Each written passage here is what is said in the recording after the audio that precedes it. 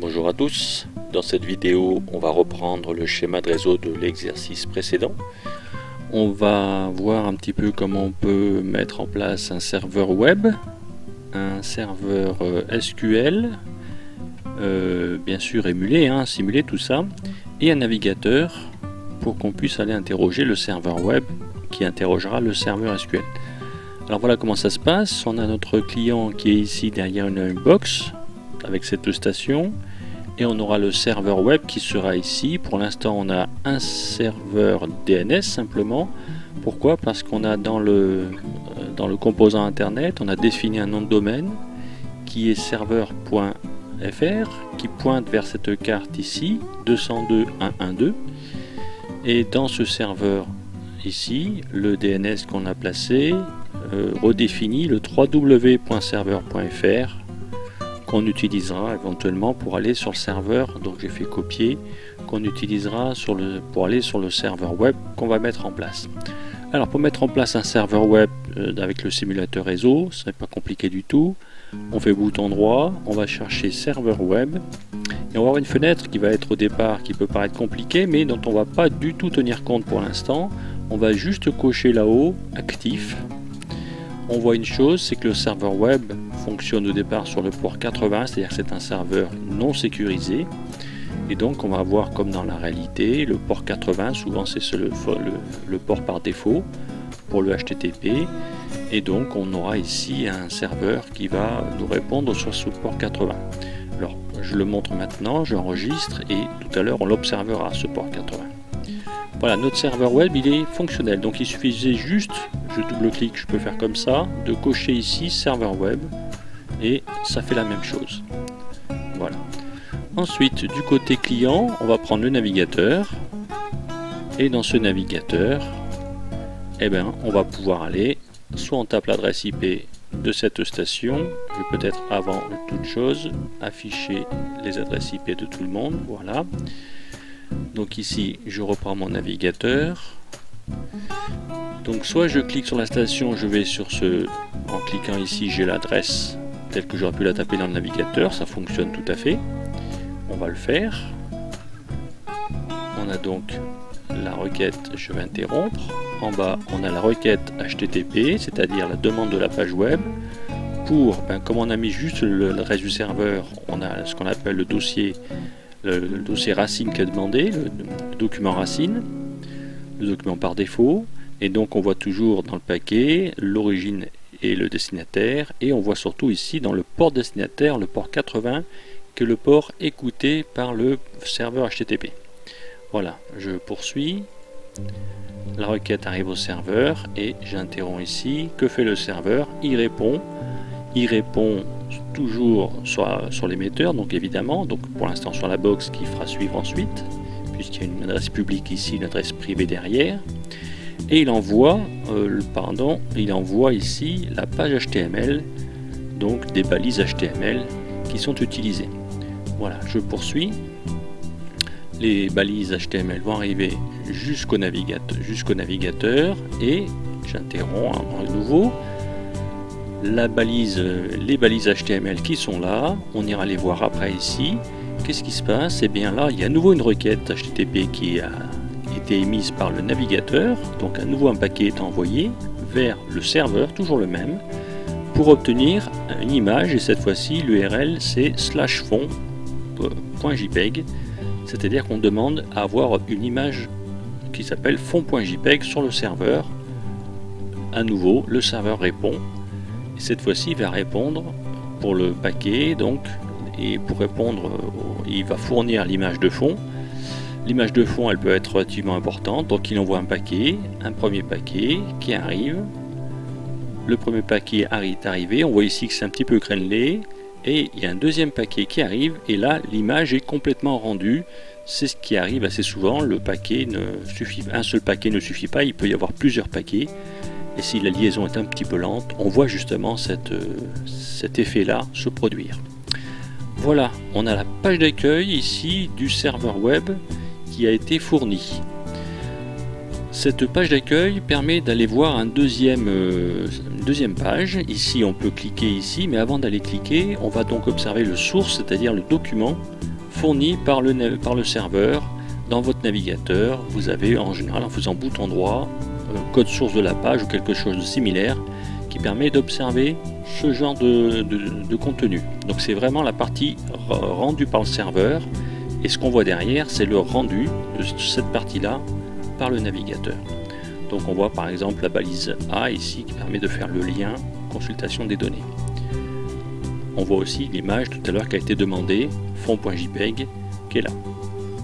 Voilà, donc on va cliquer sur ce lien là, et donc ça va demander une deuxième page, et on va voir que ça ne va pas aboutir pour une raison particulière. Donc on va aller sur le serveur et ça n'aboutit pas parce qu'en réalité cette page demande, je vais fermer temporairement ici mon navigateur et je vais reprendre mon serveur. Cette page donc demande un serveur SQL qui n'est pas activé. Alors c'est le moment d'aller regarder un petit peu plus comment est fait le serveur HTTP, le serveur web. Et donc en dessous on a dans ce serveur HTTP la possibilité de faire une page dynamique, c'est le cas ici, c'est-à-dire qu'on a deux scripts alternatifs. On prend celui qu'on veut, et alors il y a une version en MySQListe, c'est-à-dire c'est une technique de programmation, une autre avec PDO.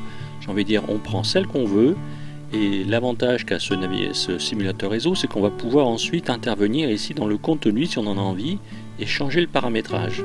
Alors ce script il est totalement fonctionnel, et donc on voit qu'il fait apparaître ici dans ce script, celui-ci comme celui-là d'ailleurs, hein, est fonctionnel. Et donc on voit ici qu'on se connecte à un serveur SQL qui est censé être sur la même machine. Or ce serveur n'est pas activé. Donc on va commencer par le faire.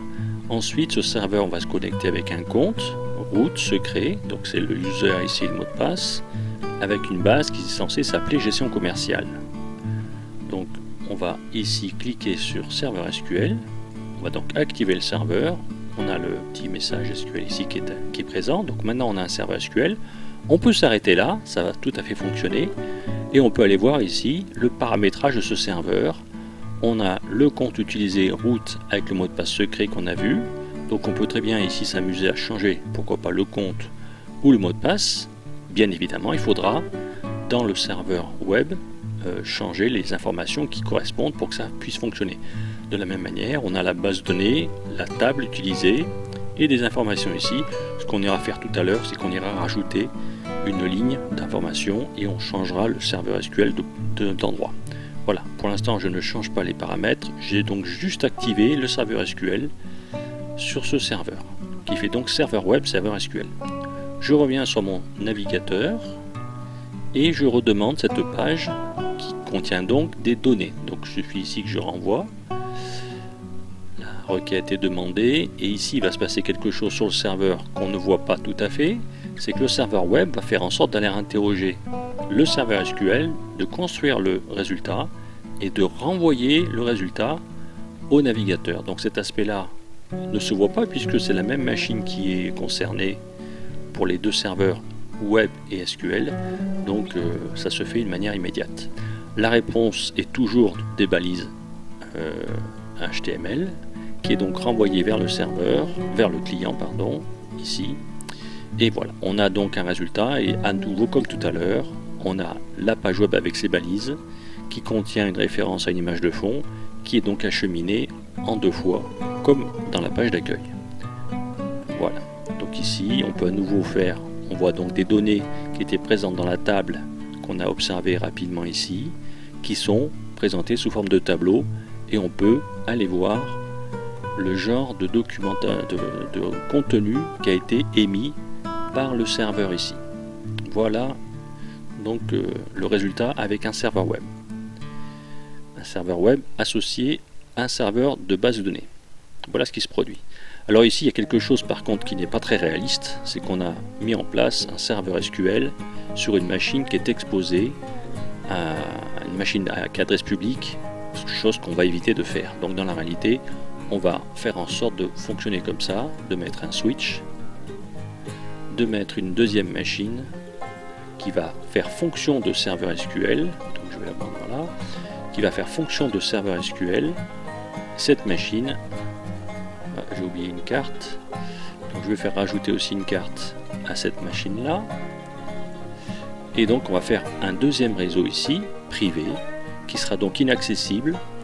Sur cette carte là, on va la paramétrer sur le réseau par exemple 10, 10, 1, 1, 1. Voilà, on va mettre cette carte en adresse 10, 2, 2, 2. Voilà. On va faire en sorte cette machine de lui enlever le serveur SQL. Donc on va double-cliquer, c'est plus simple. On va donc désactiver le serveur SQL ici. On va par contre, puisqu'il va avoir besoin de choisir la carte, on va tout de suite activer le service routeur.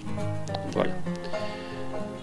On va donc ici censé mettre nos données SQL, donc on va mettre notre serveur SQL ici. Donc je double-clique, j'active le serveur SQL et je vais faire comme j'ai montré tout à l'heure. Je vais dans le paramétrage et ici je vais rajouter une quatrième ligne. Je vais rajouter quelqu'un qui va s'appeler Duchemol par exemple, et je vais mettre un numéro de téléphone, le 10, 11, 12, 13, 14, voilà, on va pas faire très original. Je valide. J'ai donc une ligne supplémentaire et j'ai mon serveur SQL qui est en route. Voilà. Il faut donc venir maintenant ici, on vient dans ce serveur là, dans cette machine là, il faut penser qu'on a un serveur web qui fait référence dans sa page avec les données à un serveur SQL qui au départ était local et maintenant le serveur SQL est sur cette machine là.